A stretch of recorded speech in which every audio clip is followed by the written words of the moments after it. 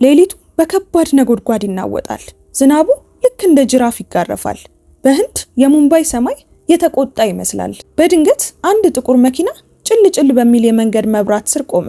የመኪናው በር በኃይል ተከፈተና አንዲት ነፍሰ ጡር ሴት በጭካኔ ወደ ጭቃው ተገፋች። ይህች ሴት አንጀሊ ነበረች። 7 ወር የሞላ ሆዷን እንደታቀፈች አስፋልቱ ላይ ወደቀች። ራጅ እባክህን፣ ቆይ ለምንድን ነው እንደዚህ የምታደርገው? እባክህ ልጃችንን አስብ ብላ በለቅሶ ተንቀጠቀጠች። ራጅ ከመኪናው ወርዶ በንቀት አያት። ፊቱ ላይ ምንም አይነት ርህራሄ አልነበረም። ልጅ ብሎ ሳቀ። አንጀሊ፣ አንቺ ለኔ የሀብት ማማ መውጫ መሰላል እንጂ በፍጹም ሚስቴ አልነበርሽም። አሁን የምፈልገውን ንብረት ሁሉ በስሜ ፈርመሽልኛል። በቃ ከዚህ በኋላ ብቻሽን በዝናብ ውስጥ መሞት ትችያለሽ አላት። በዚህ ጊዜ ከመኪና ውስጥ አንድ ሌላ ሰው ወረደ።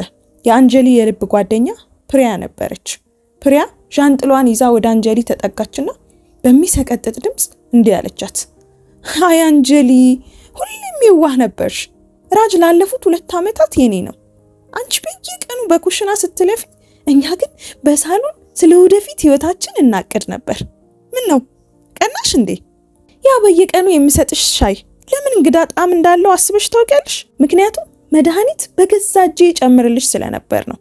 አይምሮሽ ሲደነዝዝ እየተያየን እንስቃለን። የኔ ቆንጆ፣ አሁን ግን ጨዋታው አልቋል። ንብረቱ ሁሉ የኔ ነው፣ ራጅም የኔ ነው። አንቺ ግን አሁን የዝናብ ሲሳይ ትሆኛለሽ አለቻት ጭካኔ በተሞላበት ድምፅ። አንጀሊ በድንጋጤ አፏ ተያዘ። ፕሪያ፣ አንቺ እኮ እንደ እህቴ ነበርሽ አለቻት። ራጅ ፕሪያን አቅፎ ወደ መኪናው ውስጥ አስገባት። መኪናውን ሲያስነሳው አንጀሊ የመኪናውን ጎማ ለመያዝ ሞከረች። ራጅ እባክህን እንደዚህ አታድርግ፣ እባክህን ልጄን አትግደለው እያለች ተማጸነችው።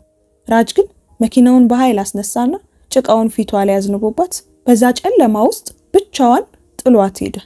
አንጀሊ በስቃይ እየተሳበች ፈጣሪ ሆይ እባክህ ልጄን አድንልኝ፣ እባክህ ልጄን አድንልኝ ብላ አይኖቿ ተከደኑ። ውድ ቤተሰቦቼ፣ ይሄ ሁሉ ግፍ ግን እንዴት ሊጀመር ቻለ? አንጀሊ በዛ ጨለማ ሞተች ወይስ ተረፈች? ይህንን ልብ ሰባሪ ታሪክ እስኪ ወደ ኋላ እንመለስና መጀመሪያውን እንመልከት። ውድ የናፊዳር ስቶሪ ቤተሰቦቼ እንደምን አላችሁ? ቀጥታ ወደ ታሪኩ ከመግባታችን በፊት እንደዚህ አይነት አስተማሪ ታሪኮችን የምታገኙበትን የዩቲዩብ ቻናላችንን ሰብስክራይብ አድርጉ።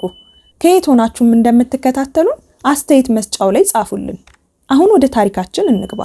ከ5 ዓመት በፊት አንጀሊና ራጅ ሲተዋወቁ ራጅ ምንም የሌለው ምስኪን ወጣት ነበር። አንጀሊ ግን በታታሪነቷ የምትታወቅ የፋሽን ዲዛይነር ነበረች። ራጅን ወደ ህይወቷ ስታስገባው ቤተሰቦቿ በጣም ተቃውሟት ነበር። እሱ ካልሆነ ማንንም አላገባም ብላ ቤተሰቦቿን ጥላ ወጣች። የራጅን ቢዝነስ ለማቆም የራሷን ጌጣጌጦች ሸጠች። ሌትና ቀን እየሰራች ለባሏ ስኬት መሰላል ሆነች። ራጅም በጣም ትልቅ ደረጃ ደረሰ። አሁን ራጅ በሙምባይ ሰማይ ጠቀስ ህንጻዎች ውስጥ ቢሮዎች አሉት። አንጀሊ ግን ስኬቱ የኔ ነው ብላ አልታበየችም። ይልቁኑ ባሏን ይበልጥ በማገልገልና አዲስ የሚወለደውን ልጃቸውን በመናፈቅ ትኖር ነበር። ውድ ቤተሰቦቼ፣ የሰውን ክፋት የምታውቁት እዚህ ጋር ነው። አንጀሊ ፕሪያን ጓደኛዬ ብቻ ሳይሆን እህቴ ብላ ነበር የምትጠራት።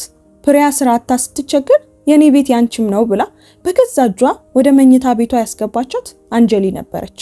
ነገር ግን አንጀሊ ያስጠጋችው ጓደኛዋን ሳይሆን በጓደኝነት ስም የተሸሸገ ገዳይ እባብ ነበር። ታሪኩ ይበልጥ የሚያሳዝነው ደግሞ እዚህ ጋር ነው። ራጅ እና ፕሪያ አንጀሊን ከማወቃቸው በፊት ድብቅ ፍቅረኛ ማቾች ነበሩ። ራጅ አንጀሊን ያገባት በፍቅር ወድቆ ሳይሆን የባንክ አካውንቷንና ንብረቷን ለመዝረፍ የታቀደ የንግድ ስራ አድርጓት ነበር።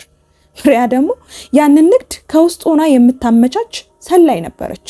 አንጀሊ በኩሽና ውስጥ ለባሏና ለጓደኛዋ ምርጥ ምግብ ለማዘጋጀት ደፋ ቀና ስትል ራጅና ፕሪያ ሳሎን ውስጥ ተቃቅፈው አንጀሊን እንዴት እንደሚያጠፏት ያሴሩ ነበር።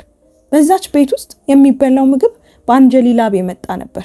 የሚጠጣው መጠጥ በአንጀሊ ገንዘብ የተገዛ ነው። ነገር ግን ያንኑ ምግብ እየበሉ ያንኑ መጠጥ እየጠጡ አንጀሊን ለመግደል ይዶልቱ ነበር። በጣም የሚሰቀጥጠው ድርጊት ደግሞ በየቀኑ ይፈጸም የነበረው ነው። ፕሪያ አንጀሊን ደክሞሻል፣ እስኪ ቆይ ሻይ ላፍላልሽ እያለች በፈገግታ የምታቀብላት ብርጭቆ ውስጥ አይምሯን የሚያደነዝዝና የማስተዋል ችሎቷን የሚያጠፋ መድኃኒት በየቀኑ ትጨምርበት ነበር።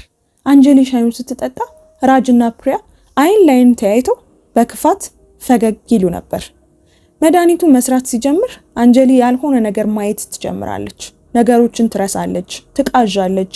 ራጅ ይህንን አጋጣሚ ተጠቅሞ ለጎረቤትና ለዘመዶች ሁሉ ሚስቴ አይምሮዋን ስታለች፣ በጣም እያሳዘነችኝ ነው እያለ የአዞን ባውን ያፈስ ነበር።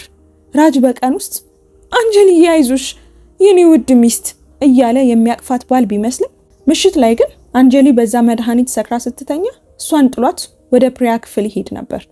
አንጀሊ በዛች ቤት ውስጥ ባል የላትም፣ ጓደኛ የላትም። የነበራት ብቸኛ ነገር በሆዷ ውስጥ ያለው ልጇ ተስፋዋ ብቻ ነበር። በአንድ በኩል ለባሏ ያላት ንጹህ ፍቅር፣ በሌላ በኩል ደግሞ በየቀኑ የምትጋተው መርዝ። አንጀሊ በቅንነትና በፍቅር አይኖቿ ታውረው ሞቷን የምታዘጋጅላትን ሴት እህቴ እያለች ትጠራት ነበር። ይህን የመሰለ ጭካኔ በሰው ልጅ ላይ ይፈጸማል ብሎ ለማመን ይከብዳል። ወደ ዝናቡ ምሽት እስኪ እንመለስ። በዛ አሰቃቂ የዝናብ ምሽት አንጀሊ በጭቃ ተለውሳ በሞትና በህይወት መካከል እያለች በሩቅ አንድ ጥቁር መኪና መጣ። ይህ መኪና የአሪያን መኪና ነበር። አሪያን ታዋቂና ብልህ የህግ ጠበቃ ነው። በዛ ጭል በሚል መብራት ስር የራጅ መኪና በቆመበት ሁኔታና ሰዎች ከውስጥ በሚያሳዩት ያልተለመደ እንቅስቃሴ ጥርጣሬ ያደረበት። አሪያን እንደ ማንኛውም ሰው ምን አገባኝ ብሎ አላለፈም። መኪናውን ከሩቁ አቁሞ በዝናብ እየተደበቀ ቀስ ብሎ ወደ ዛፎቹ ተጠጋ። ስልኩን አውጥቶ መቅረጽ ጀመረ። ራጅ እርጉዝ ሚስቱን በጭካኔ ሲገፋት፣ ፕሪያ ስትሳለቅባትና በዛ ጨለማ ጥለዋት ሲሄዱ አሪያን ሁሉንም ነገር በቪዲዮ ቀረጸው።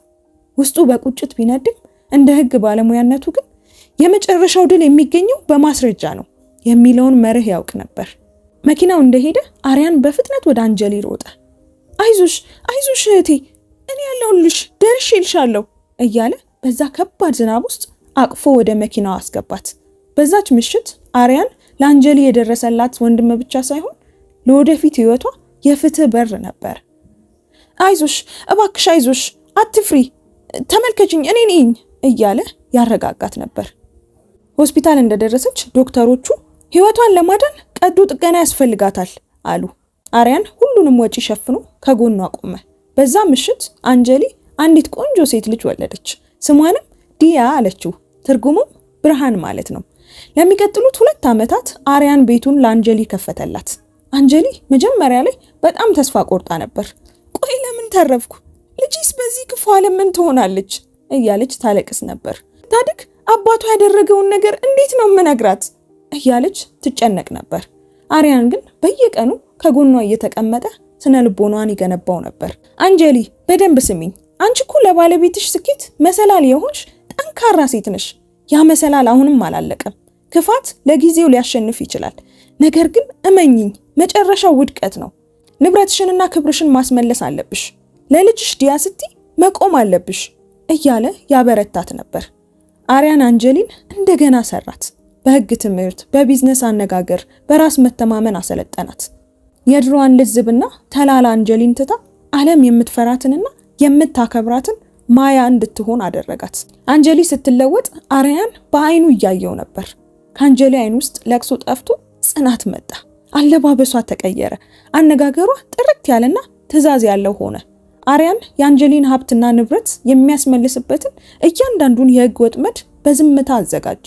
ውድ ቤተሰቦቼ፣ አሪያን ለአንጀሊ ያደረገው ነገር ከሰብአዊነት በላይ ነው።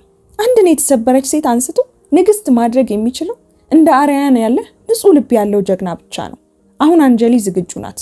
ማያ ሆና የራጅንና የፕሪያን ህይወት ሲኦል ለማድረግ ወደ ሙምባይ የምትመለስበት ጊዜ ደርሷል። ራጅና ፕሪያ ያንን አሰቃቂ ድርጊት ከፈጸሙ ከ2 ዓመታት በኋላ አንጀሊ የሞተች መስሏቸው ንብረቷን በደስታ እየበሉ ይኖሩ ነበር። ነገር ግን በሙምባይ የቢዝነስ ዓለም ውስጥ ማያ የምትባል እጅግ ሀብታምና ሚስጥራዊ ሴት መጣች። ራጅ በቢዝነስ ኪሳራ ውስጥ ስለነበር ማያን ለማግኘት በጣም ይጓጓ ነበር። አሪያን ለበቀሉ የሚሆን ወጥመድ አዘጋጀ። አንጀሊ ወይም ማያና ራጅ በአንድ የቅንጦት ሆቴል እንዲገናኙ አደረገ። ራጅ የማያን ውበት ሲያይ የፕሪያ ፍቅር ወዲያውኑ በረረለት።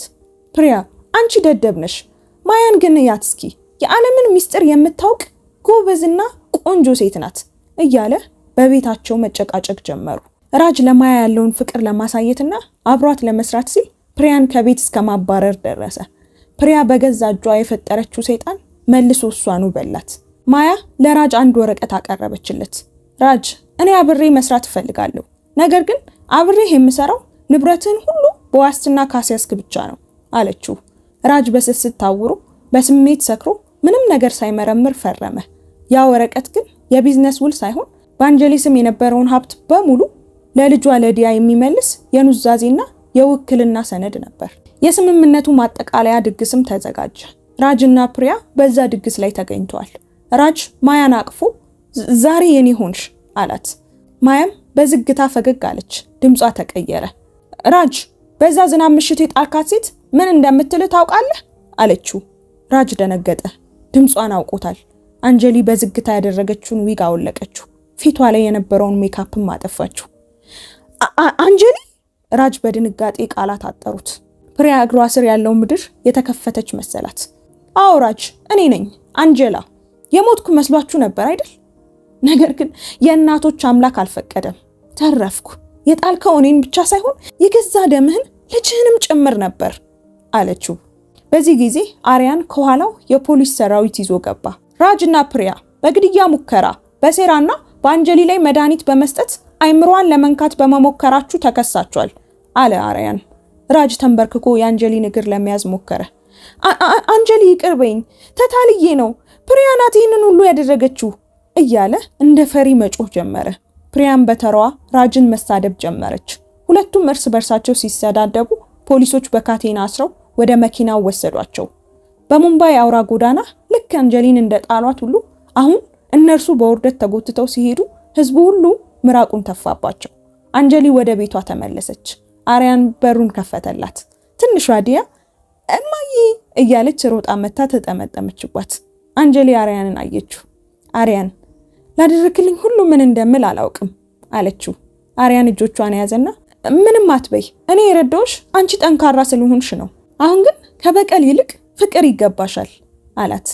ከ6 ወር በኋላ በዛው በዝናብ ወቅት አንጀሊ የተጣለችበት ቦታ ላይ ትልቅ የሴቶች መጠለያና የህግ ድጋፍ ማዕከል ተገነባ። አንጀሊና አሪያን በጋብቻ ተጣመሩ።